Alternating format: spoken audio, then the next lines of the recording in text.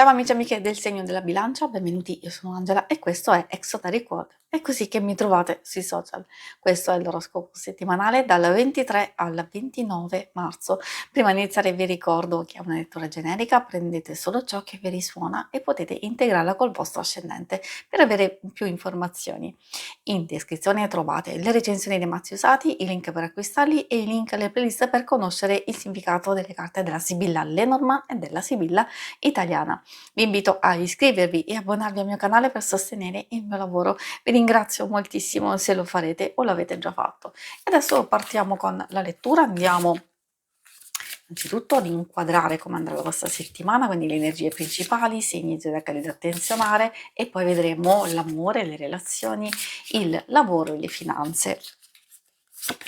Come prima indicazione troviamo la carta della lettera, ovviamente fa riferimento a tutti i tipi di comunicazione, quindi può anche darsi che possiamo ricevere semplici comunicazioni che magari in qualche modo possono essere belle, positive, di amicizia, oppure magari un qualcosa che stiamo aspettando. Quindi tutti i tipi di comunicazioni, notizie, avvisi, messaggi, chiamate, eccetera. Forse proprio il fatto che salti fuori questa indicazione può anche voler dire che una in particolare, magari una persona, qualcuno che forse ci sta aiutando o comunque può darci un'informazione che magari stiamo aspettando, può riguardare anche magari qualcosa che ci viene detto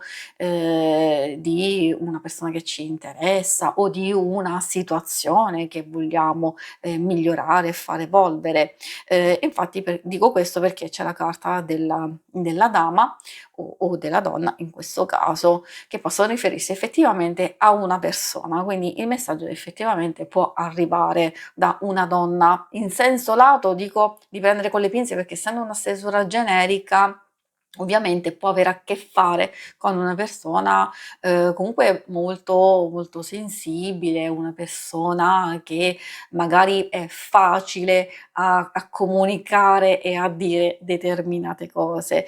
Potrebbe essere anche una vostra stessa energia in realtà di comprensione, di sensibilità, di accortezza, di cura e dedizione, soprattutto nei vostri confronti, però anche magari in qualcosa che state cercando di costruire e di far evolvere per il vostro futuro. C'è la stella, è visione, è futuro, nel senso che quando salta fuori ci sta dicendo che il momento di rinnovare la nostra vita non è dopo, ma adesso, perché quello che andrà a realizzarsi successivamente è perché ha un inizio nel nostro presente o addirittura dal passato. Quindi è vero che se magari ci sono alcune cose che non funzionano, che non vanno bene già da un po' di tempo, allora questa ci sta dicendo che dobbiamo muoverci adesso se vogliamo dei miglioramenti in futuro, o altrimenti meglio ancora se abbiamo nuove idee, nuovi propositi,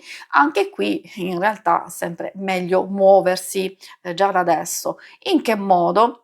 Sicuramente puntando per bene i propri obiettivi, ispirandoci anche con positività, con ottimismo e speranza, perché quello che ha inizio adesso ci dice ha buone probabilità di essere realizzato in futuro.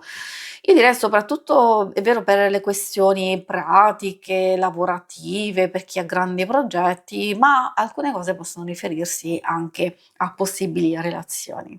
I segni zodiacali da attenzionare sono principalmente quelli di acqua, Cancro, Scorpione e Pesci. Abbiamo anche un po' quelli di aria, quindi Gemelli, Bilancia e Acquario. E adesso procediamo con l'ambito amore. Allora, vediamo cosa vogliono dirvi. Ambito amore, coppia single, ricordo che alcune cose possono riferirsi anche alle amicizie, alle persone più strette, quindi anche alla famiglia. Quindi consiglio sempre di ascoltare che ci possono essere delle informazioni per tutti.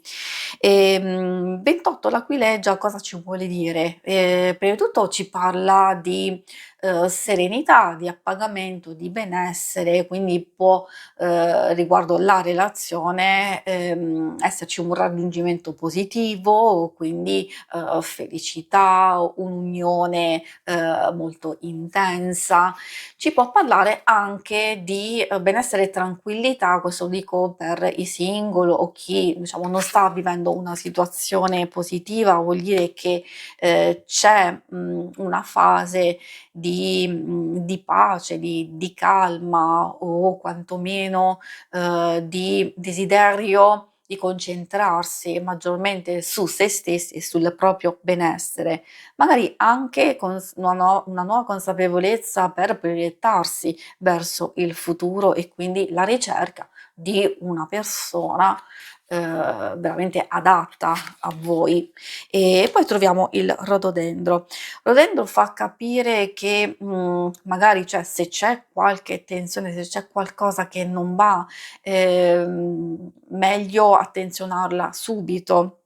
Spesso questa si riferisce a una fase di introspezione, una fase purtroppo di rigidità e di freddezza, dove ci possono essere alcune richieste o tra virgolette pretese che possono essere difficili.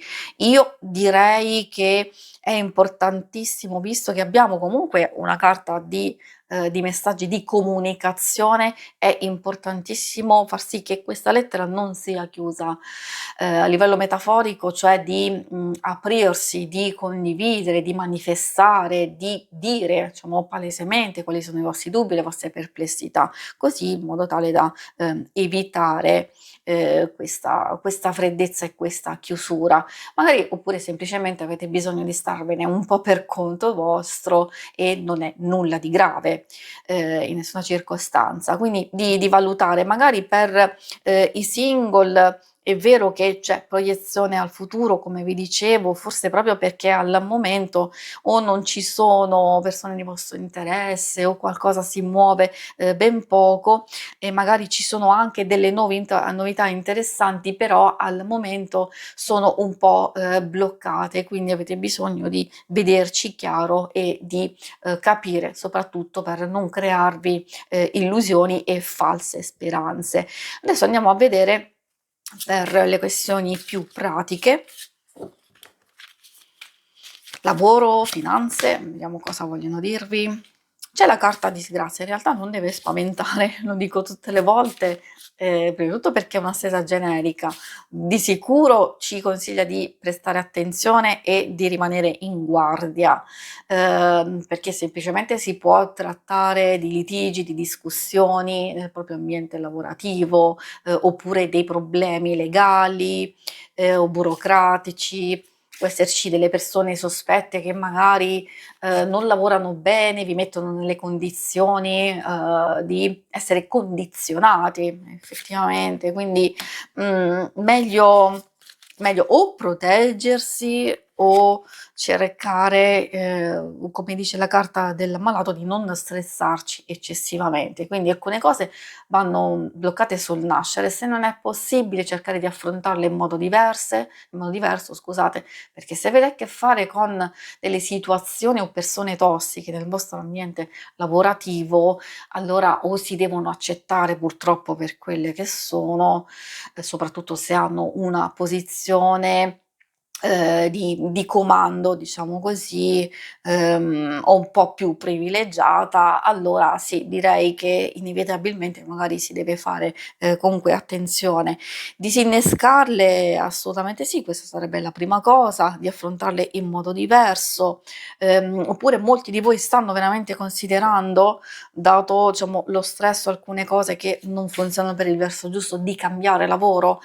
perché no, magari come vi dicevo sin dall'inizio questo potrebbe essere il momento giusto di fare queste valutazioni e casomai appunto di mettersi in moto nella ricerca. Poi anche, chi, già sta cercando, lavoro, magari qualcosa, qualche input, qualche, situazione nuova, ad esempio potrebbe essere un'informazione, un messaggio, qualcuno che magari vi può consigliare, e allora si vede che pian pianino si muove qualcosina.